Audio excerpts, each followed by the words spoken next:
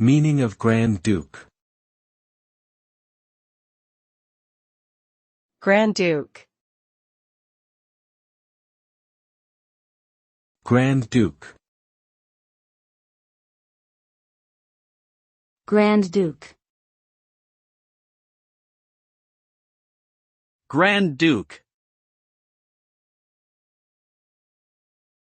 Grand Duke is a title used for high-ranking male nobles in certain European countries, including Luxembourg.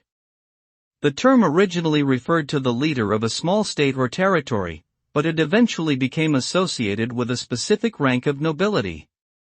A Grand Duke typically held significant political power and was considered second only to a king or queen in terms of rank.